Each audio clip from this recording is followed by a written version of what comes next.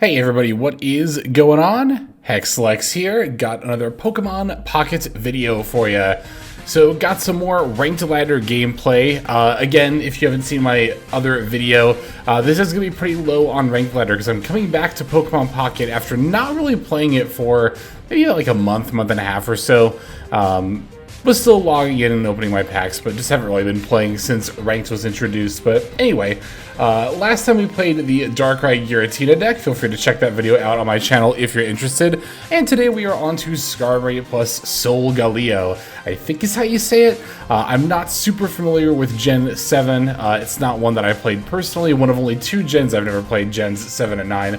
But yeah, so this deck, from what I understand, going into this metagame was forecasted to be the best deck in the meta. I know that this was the most popular deck for a while, but has kind of been just falling a little bit out of favor, only a little bit.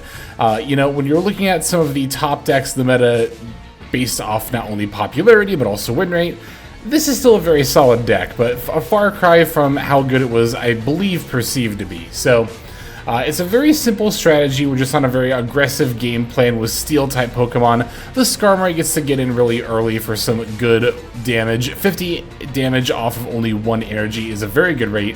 And then the Solgaleo can come in with its ability, allowing it to basically get in for free, the Skarmory retreating for free, rather, and then start dealing 120 damage for only 2 energy, which is also a very good rate.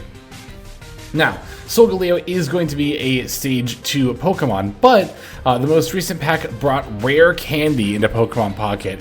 Those of you who have played the Pokemon TCG before are already very familiar with Rare Candy. It's an extremely important card and has been for its entire existence in the game.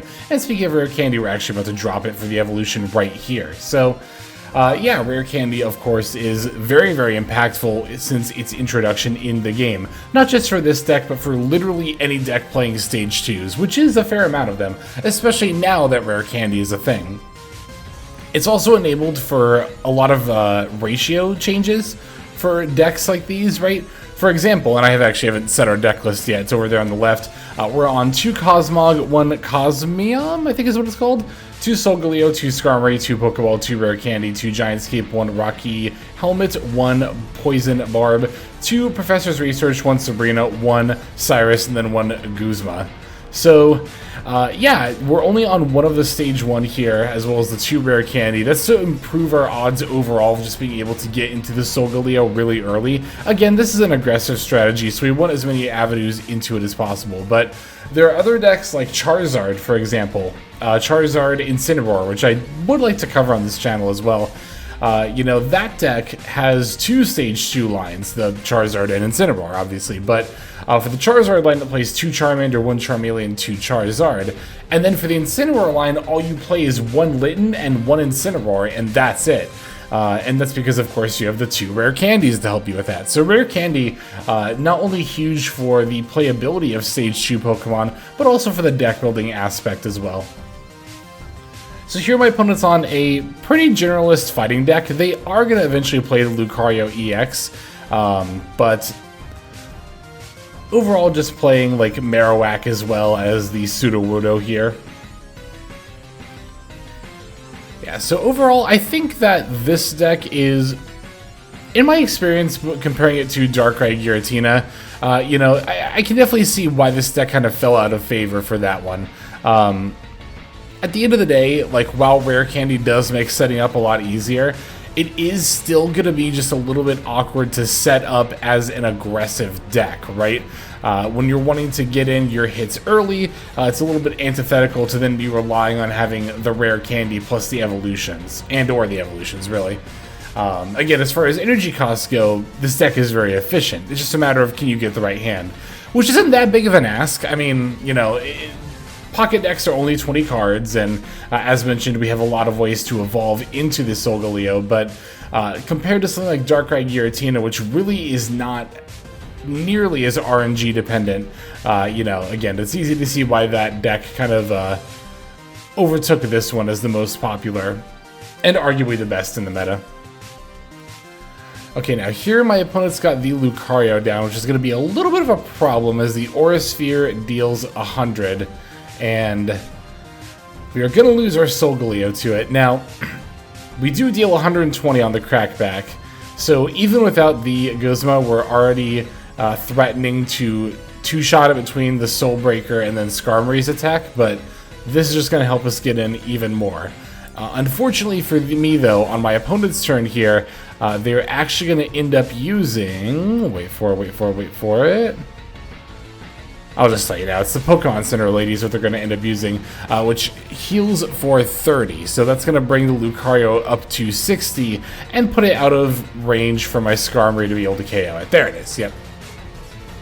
That is another thing that I've noticed in this meta, is that there's a lot more healing options than there was when I stopped playing as much. So between Pokemon Center Lady, Iridia, Erica, Potion, among other cards, there's a lot of opportunity to heal damage, more so than there was previously in the game. So that's kind of something that was really easy to take for granted, right? In previous pocket metas, it's like, yeah, you might have to account for a 20 HP on a potion, which might change your one shot into a two shot or your two shot into a three shot, but other than that, and that didn't happen super often, it really wasn't super common that you ran into healing, unless you were playing against a grass deck with Erica. But now, as mentioned, not only do more archetypes have more healing options, but in general, there are more healing options, like Pokemon Center Lady. And here we're going to wrap up this game in a way that we don't see super duper often. That's actually going to be a tie, as the Lucario is going to knock out my Skarmory with the Rocky Helmet, while it only has 10 HP, which means they both KO at the same time, and again, we'll end the game in a tie. I think my opponent could have actually not ended the game in a tie, potentially, if they had retreated Lucario for the Marowak and just attacked with that. Excuse me. Although I guess maybe they were scared of landing exactly two tails, but I don't know. Me personally, I think I would have taken the 66% chance for victory over the 100% chance of a tie. Especially because even if they landed two tails, I don't think I win straight up right there, right? Because I still have to KO the Marowak, but anyway. Still a nice game, and nevertheless wanted to keep that in, because again, how often do you see ties? I guess with Rocky Helmet, it's not the most uncommon thing in the world, but anyway. Next opponent's going to be on Giratina. They're actually going to be playing quite a few Psychic Pokemon, but the main one that we're going to contend with is a Giratina, so that's what I have representing them here. I think our opponent's deck here, I talked about this a little bit in the last video, this is something you see with a lot of decks on, this lower ranked ladder for Pokemon Pocket, is that they suffer from a lack of direction that they're going in, right?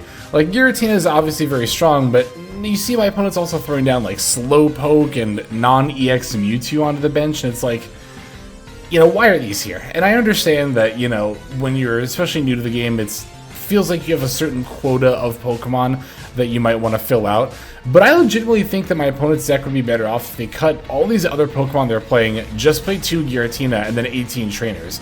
That's not an optimal Giratina deck necessarily, but I think it is better than what my opponent's playing. Less is more, especially when you're guaranteed to always open a basic, right? If you're playing only powerful basics, like Darkrai Giratina, well, there you go, but we're not playing that deck, we're playing Solgaleo. But again, we have a lot of good basics that we want to open here. The Skarmory and the Cosmog. And if we only open Cosmog without a way to get into Skarmory, yeah, that's pretty awkward, but the odds of opening Skarmory are so high, especially with the tool, because we play 4 tools as well as the Professor's Research to help draw them. So yeah, being able to attack really early on for 50 damage with Skarmory is going to happen pretty much every single game, like for all intents and purposes. Alright, so here we're going to use the Professor's Research. Giratina is building up its energy, but we've already gotten in 50 damage, and we're about to get in 50 more with the Skarmory here. So I'm not like super scared of it right now. Finding another Skarmory off this Pokeball, and gonna throw out the rare candy here so that way we can go straight into the Solgaleo.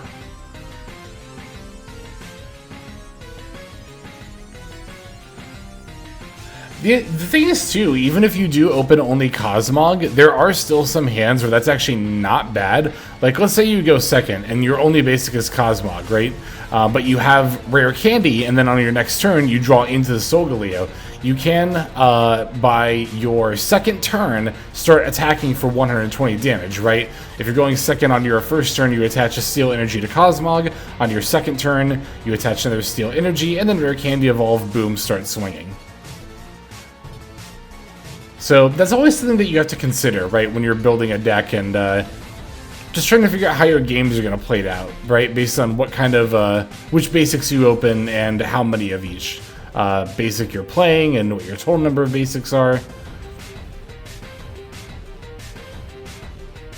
But in any case, we're able to take down the Giratina here. And with it goes all 4 of the Psychic Energy that my opponent had been building up.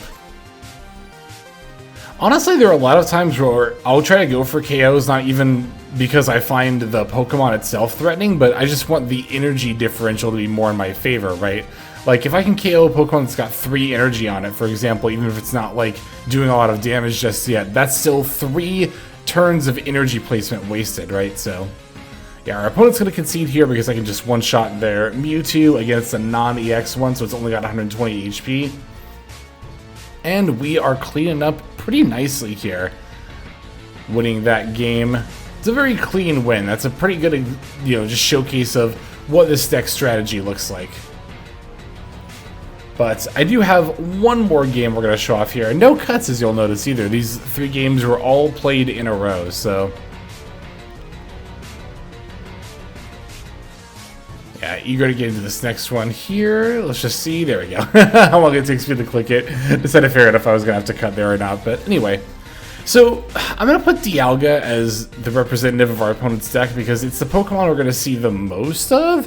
But they did actually play Cosmog and company as well. So I think they were also on a Solgaleo deck.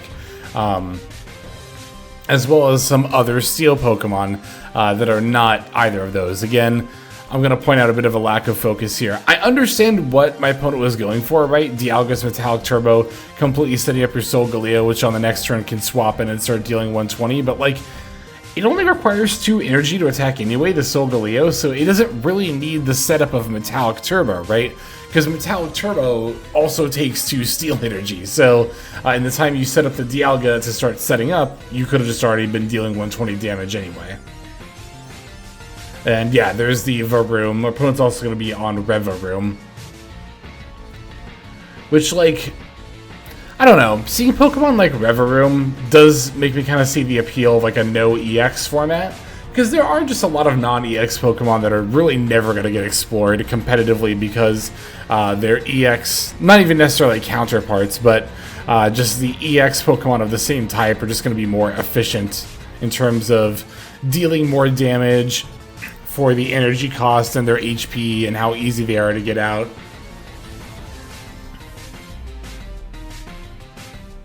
Yeah, so we're going to lead with the Skarmory here, and in a perfect world we can 3-shot this Dialga, but we already don't live in that world as our opponent's going to use a potion, which puts it out of 3-shot range and now into 4-shot range, which is a bit much, I mean, especially because the Dialga is going to have all the time in the world to set up there, but at this point, we're really looking for that Solgaleo. We got 2 Cosmogs, the Rare Candy, and the Cosmium, so we're all ready to go with multiple ways to evolve. We just need to find the thing to evolve into.